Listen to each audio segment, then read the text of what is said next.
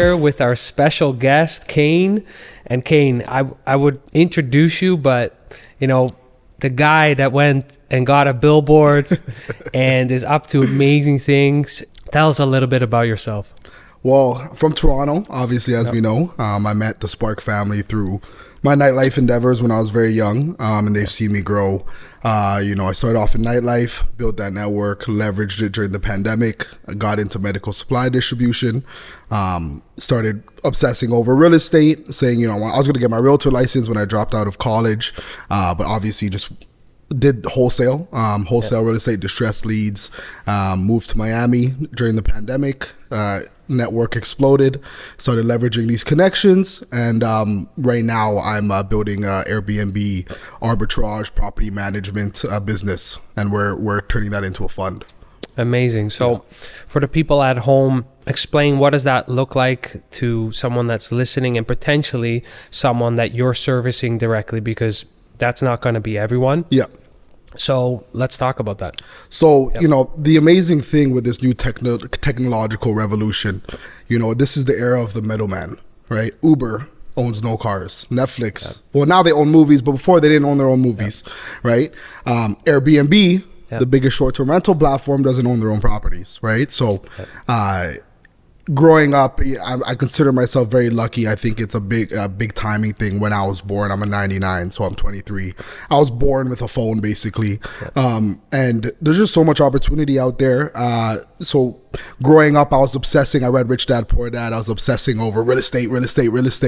As soon as I made money during the pandemic, I bought 4 pre-constructions at the top of the market. But that didn't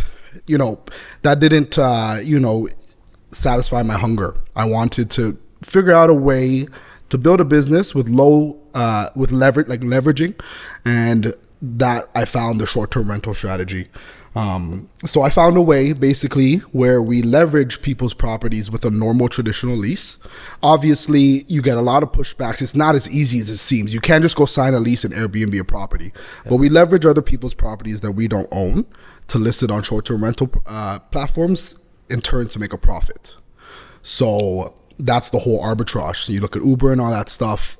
So for anyone that's relatively young, it's one of the best ways, especially in Canada with inflation and the high interest rates. It's nearly impossible for people my age to purchase a house, right? But how can we leverage these houses to make cash flow on a whole nother level?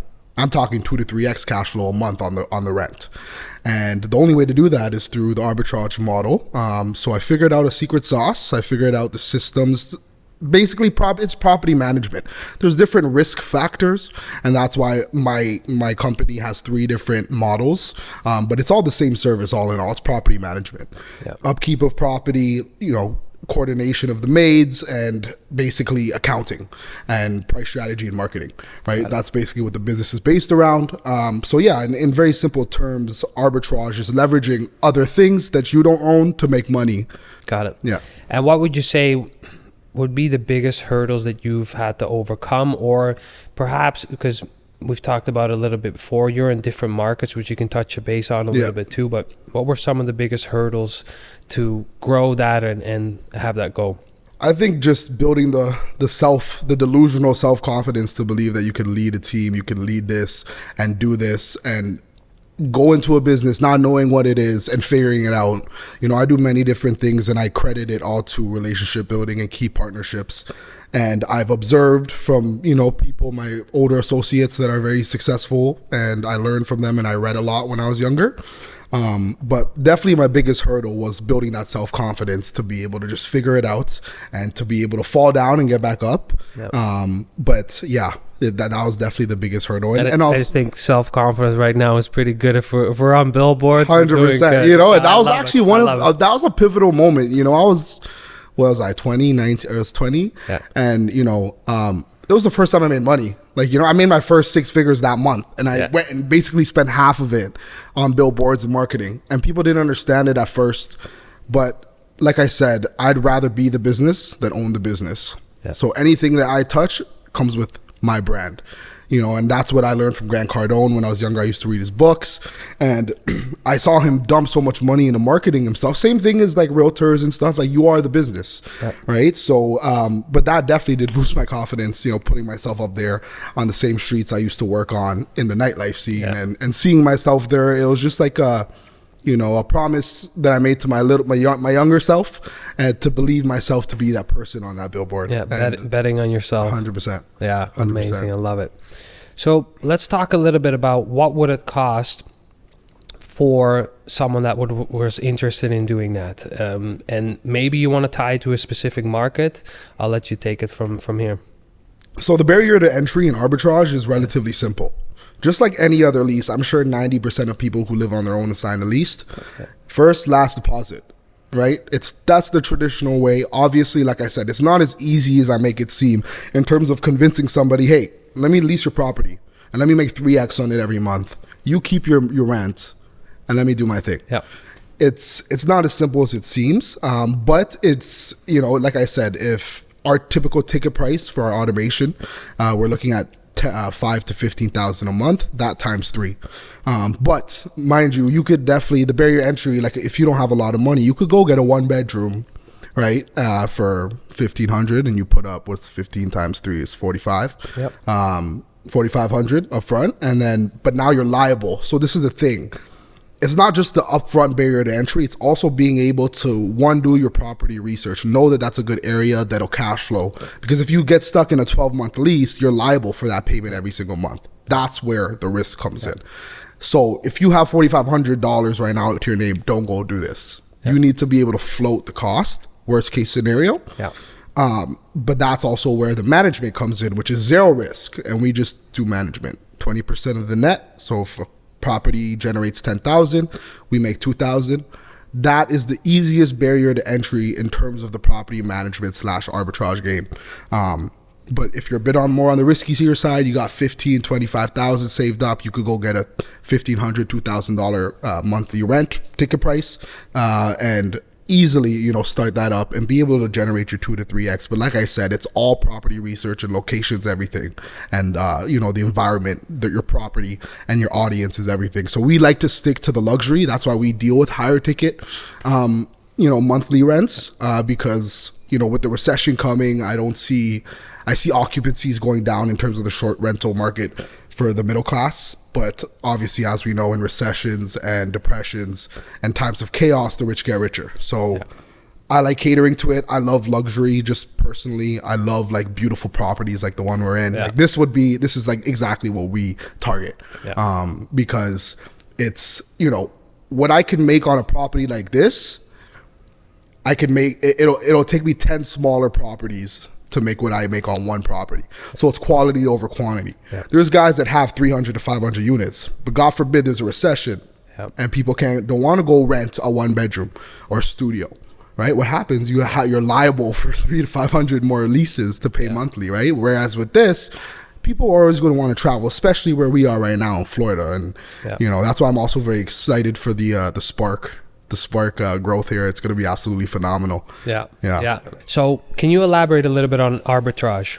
Yeah. So the definition of arbitrage is basically taking something that you don't own and leveraging it somewhere else in another marketplace or in another, or market it in a certain way where you're making a margin, right? It's arbitrage. I'm taking something and putting it somewhere else and making profit off of it, but I don't own it per se.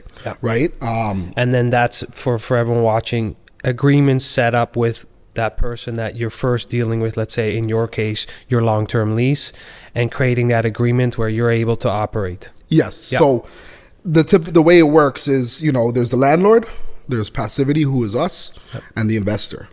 So the investor, we are kind of like, think of it as a consultant in terms of the investor. So we take their documents, we submit it for them, we find the property for them, we run the numbers for them, and we manage it for them. So it's completely 100% automated. But they're dealing directly with the homeowner in terms of payment. They're not paying us. We don't have any upfront fees, right? So that's where the arbitrage comes in, right? But you could also do this on your own. You don't need a company like mine. You could go and find, a property owner who's open to you operating his unit as a short-term rental, right? But I think the biggest thing, what I've been hearing, is that, call it your secret sauce, but really it's your time and energy and knowledge and experience that you've now gathered by doing this, of knowing what markets and how they perform, and again, servicing people that are looking for more of a turnkey kind of operation, knowing that you got that under wraps and can create that ROI for them. Exactly. No, when I was coming up with the brand name, I named it Passivity, because we're passive. So for our landlords, we're a passive solution with less headaches and more cash flow, offering you more movement within your investment when we're pitching a landlord, right? And then on the management side. And then when we're pitching a landlord to let us arbitrage their property, it's like, we're going to keep your property in tip-top condition. It's a business. So you don't have your typical long-term rental headaches, right? Your headaches are more on the short-term rental side of things, but it's constantly your property's being upkept in sellable condition, right? And you guys could take notes. You guys should take notes, because these are the selling points that you're going to use. So your property's upkept in sellable condition.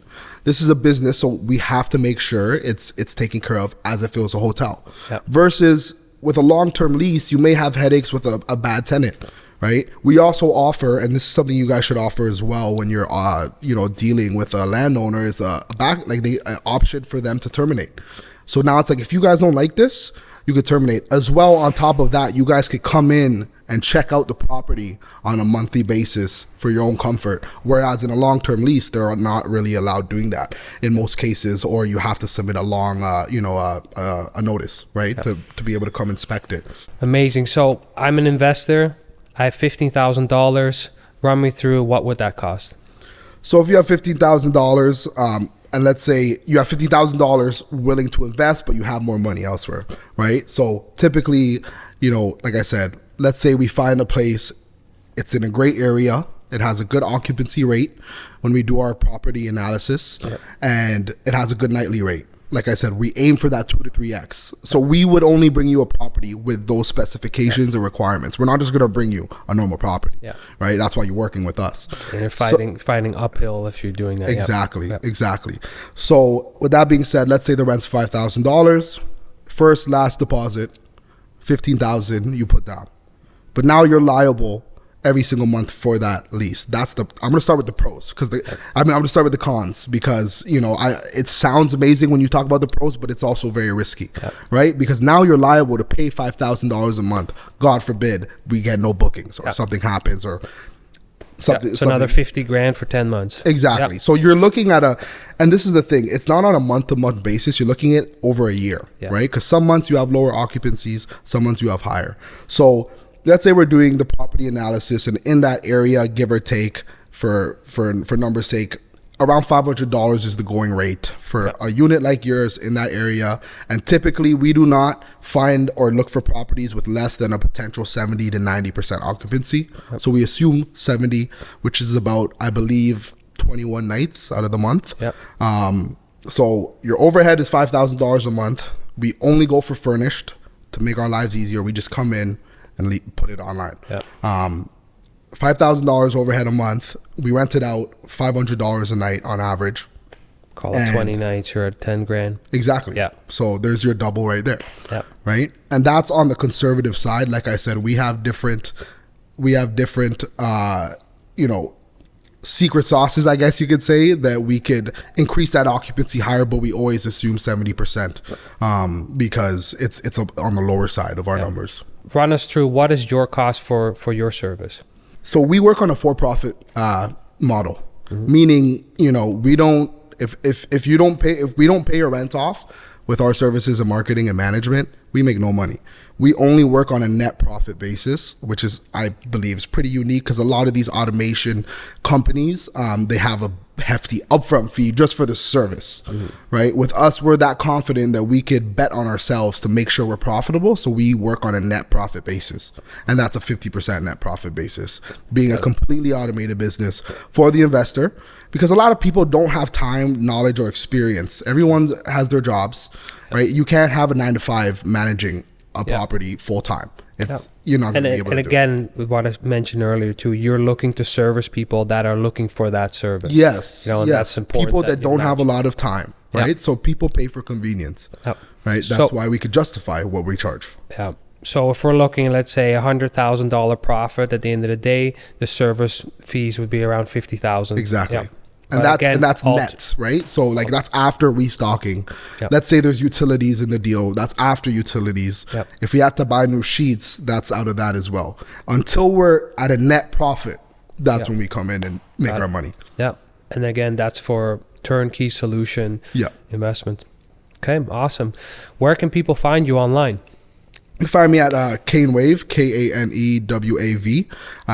You can find Passivity at Passivity Properties or our website, passivity.co.